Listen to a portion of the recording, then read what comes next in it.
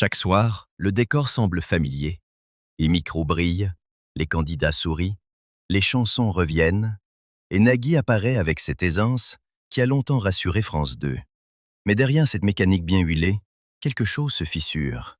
Les audiences reculent, le réflexe du public paraît moins automatique, et une question s'impose désormais. Que reste-t-il d'un animateur intouchable lorsque l'habitude commence à ressembler à de la fatigue? Avant d'être ce visage que l'on croit connaître depuis toujours, Nagui femme fut d'abord un enfant né loin des plateaux parisiens, à Alexandrie, en Égypte. Rien, au départ, ne semblait le destiner à devenir l'un des animateurs les plus installés du service public français. Pourtant, année après année, il a construit une présence presque quotidienne. Son secret n'a jamais reposé sur une seule émission. Nagui a traversé les époques et les formats. Il a incarné le jeu, la musique, la conversation légère, parfois même une ironie élégante. Avec Que le meilleur gagne, N'oubliez pas votre brosse à dents, Taratata, puis Tout le monde veut prendre sa place, il n'a pas seulement occupé l'antenne. Il a appris à en comprendre les rythmes. Pendant longtemps, cette maîtrise a été sa plus grande force. Il savait relancer un candidat, désamorcer une gêne, faire rire sans interrompre le jeu, donner l'impression que tout était spontané alors que tout semblait réglé. On retrouvait Nagui comme on retrouve un rendez-vous familier. Mais c'est là que commence le piège. À force de durer, une présence rassurante peut devenir trop visible. À force de connaître les gestes d'un animateur, le public finit par deviner ses réactions.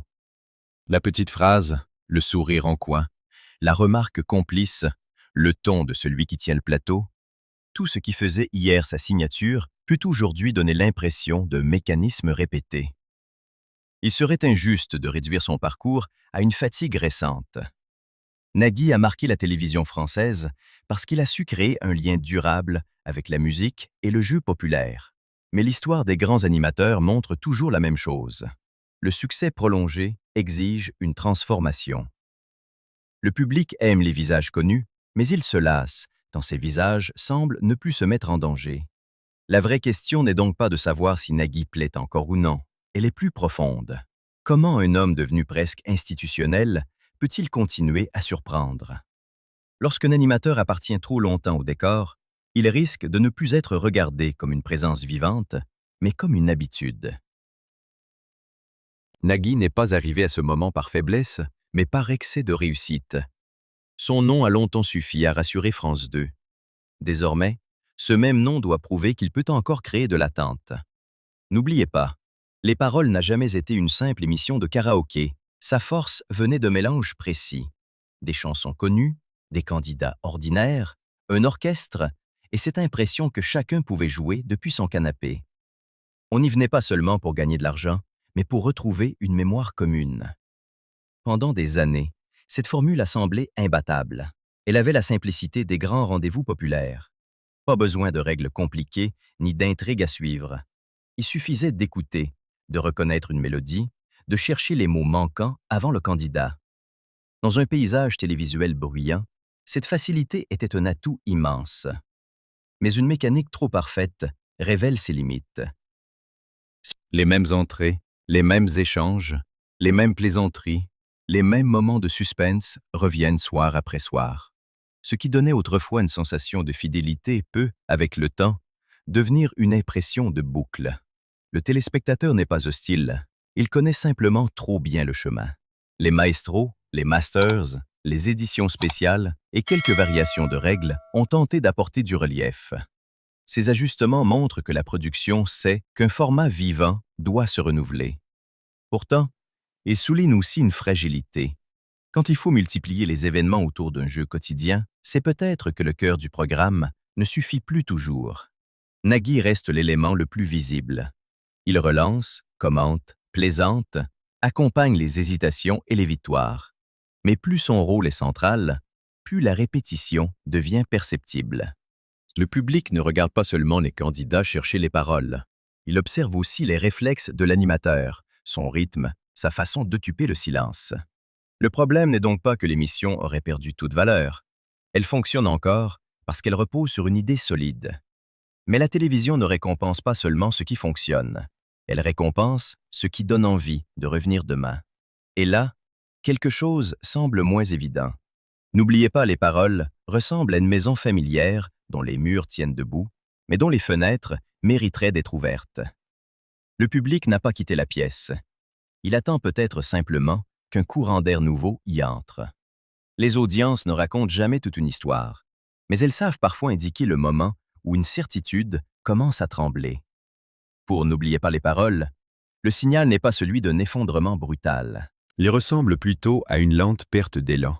Quand un premier numéro descend autour d'1,3 million de téléspectateurs, puis qu'un second rassemble environ 1,61 million avec une part d'audience proche de 10,2%, le malaise n'est pas seulement arithmétique.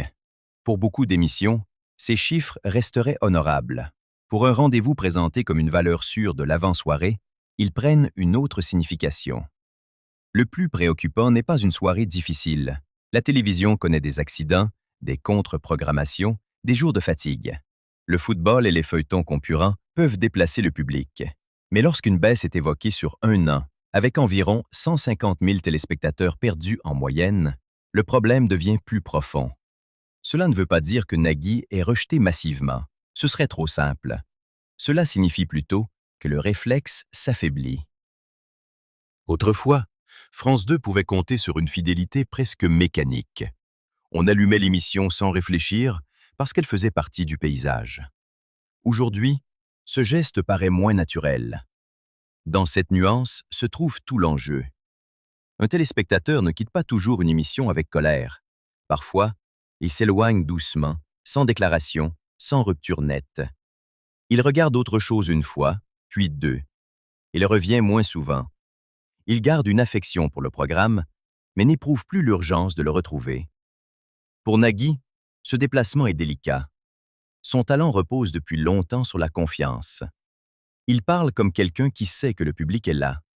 Or, les chiffres rappellent qu'aucune présence, même familière, ne possède l'antenne pour toujours. La fidélité n'est pas un contrat signé, c'est une promesse renouvelée chaque soir.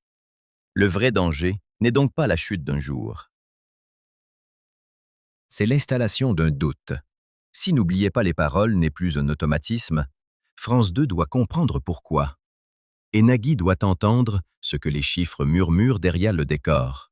Le public ne demande pas seulement des chansons. Il demande une raison de rester. Nagui a toujours donné l'impression de tenir le plateau comme on tient une conversation dans son salon. Il coupait, relançait, plaisantait, imposait le rythme sans paraître forcé. Cette autorité légère faisait partie de son charme. Mais lorsque l'époque change, ce qui ressemblait à de l'aisance peut être relu autrement. En 2026, la question ne se limite plus aux chansons oubliées ni aux audiences d'un soir. Autour de lui, un autre débat s'est installé, celui de la place des animateurs-producteurs dans l'audiovisuel public. Quand un visage devient aussi puissant qu'une case horaire, le public finit par se demander qui sert qui, l'émission, la chaîne ou la personnalité. Son passage devant une commission d'enquête a marqué ce basculement.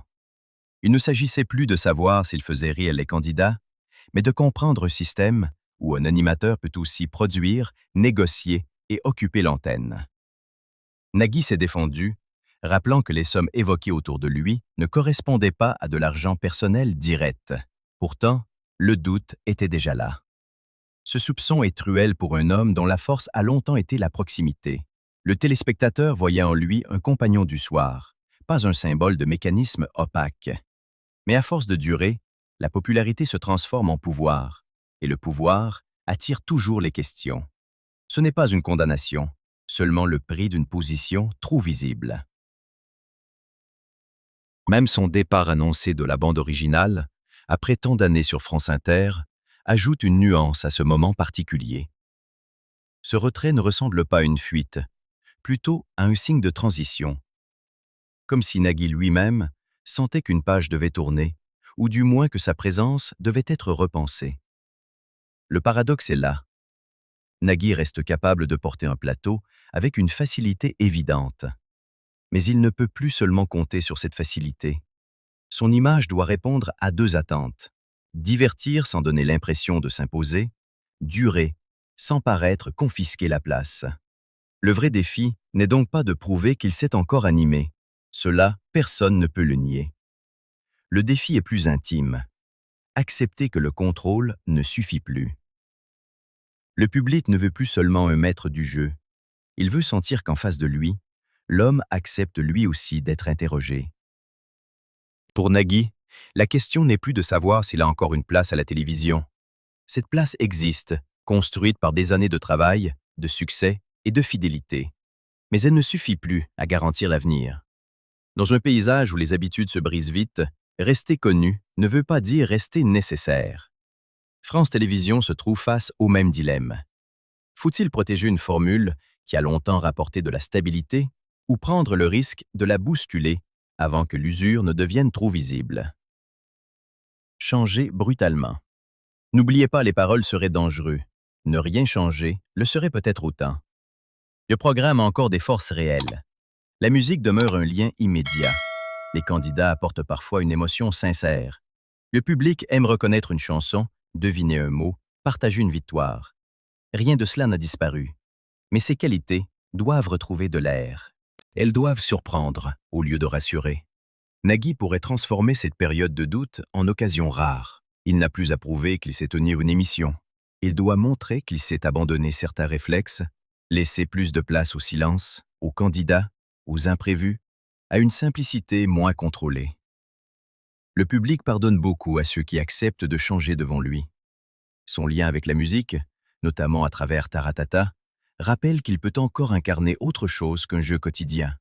Là, son image paraît plus passionnée, moins mécanique, plus libre. Cette part de lui pourrait inspirer une nouvelle façon d'habiter. N'oubliez pas les paroles. Moins comme un patron de plateau, plus comme un passeur de chansons. La fin d'une évidence n'est pas forcément la fin d'une carrière. C'est parfois le moment où une personnalité doit redevenir vulnérable pour redevenir intéressante. Nagui a connu la reconnaissance, la puissance et l'habitude. Il doit maintenant retrouver l'inattendu, car le public n'a pas vraiment oublié les paroles. Il connaît même trop bien la chanson. Ce qu'il attend peut-être, ce n'est pas un autre animateur, ni une rupture spectaculaire, c'est une mélodie différente, un souffle nouveau. La preuve qu'après tant d'années, Nagui peut encore écouter ce que son époque lui demande.